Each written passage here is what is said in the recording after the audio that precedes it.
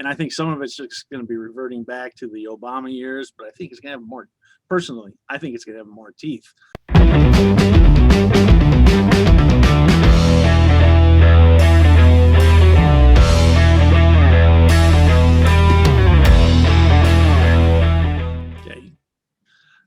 Hi, my name is Bob Carroll. I'm the Executive Vice President and Permanent Solutions Labor Consultants, and I'm your host for today's episode of Employee Relations Words of Wisdom. Well, it's only been a few weeks now with the Biden administration, and he's already made some changes that's going to affect the workplace, labor law and employment law. And wouldn't it be good to know what's coming and what effects these are going to have? So stay tuned. I have James Reid with Dinsmore Shohl. You're a partner, right, James? That's right.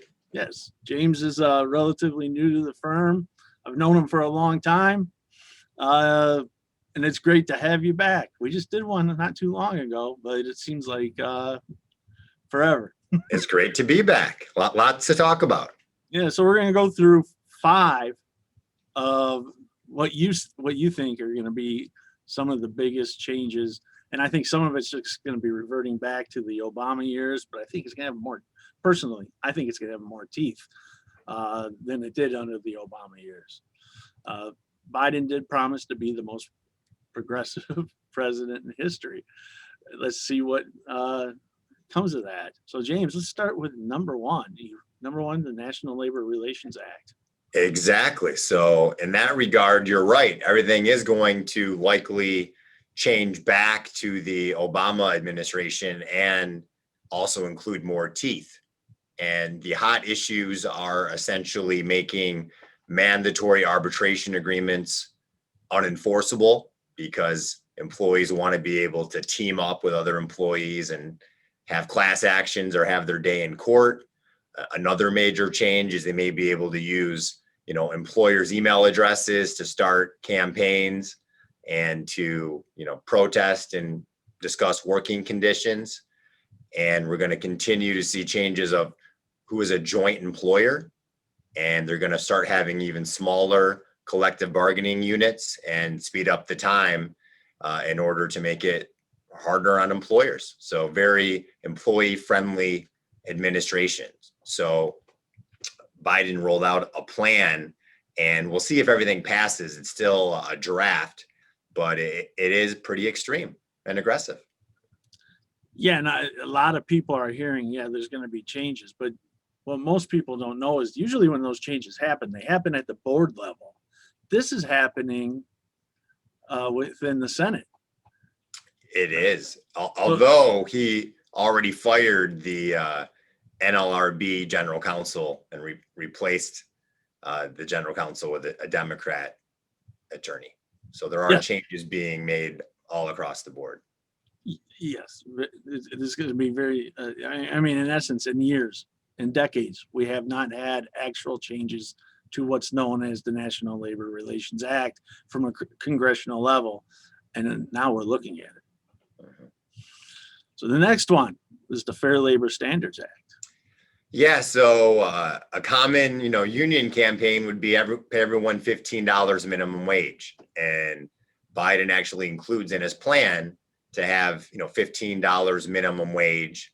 And he wants to be to pay independent contractors overtime by essentially making it nearly impossible to be an independent contractor.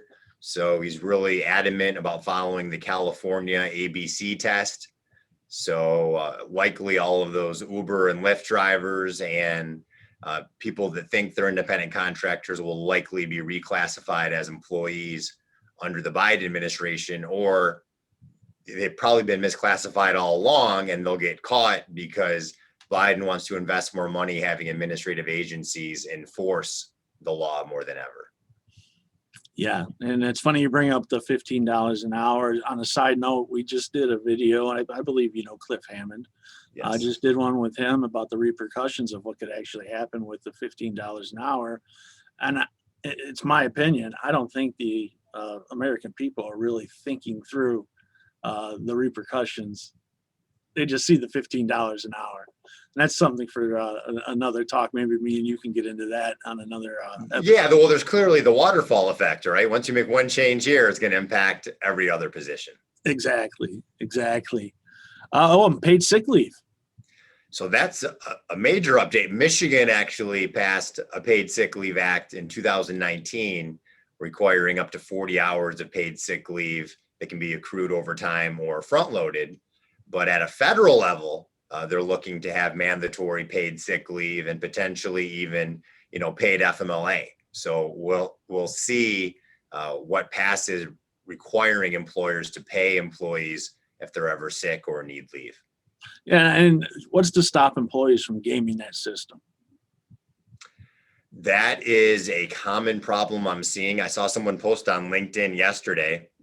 Karen Lathanti posted that, but it's essentially rewarding employees that are sick more or potentially that abuse the system because they can get an extra couple weeks of vacation or other perks. However, there are people that do need it, and there are some legit reasons to do it, but you're right. No good deed goes unpunished, and employees often find a way to take advantage, unfortunately.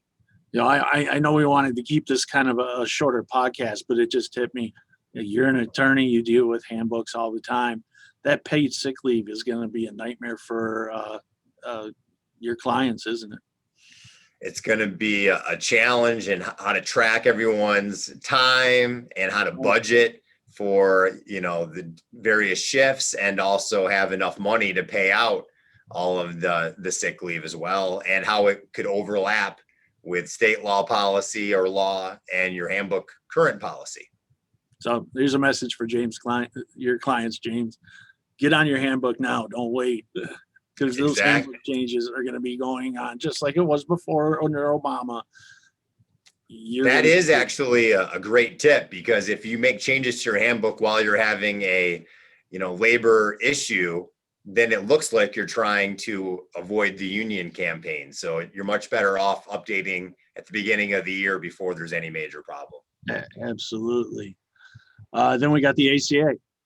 Yeah, so the Affordable Care Act, going back to the Obama administration, Biden wants to make it even more patient friendly. So even if you are unemployed or, you're poor or an independent contractor, it's going to have a lot more ACA protections for most citizens in America. So they're going to expand who could be covered. And he also passed, an LGBTQ executive order that prohibits discrimination with regard to sexual orientation and gender identity.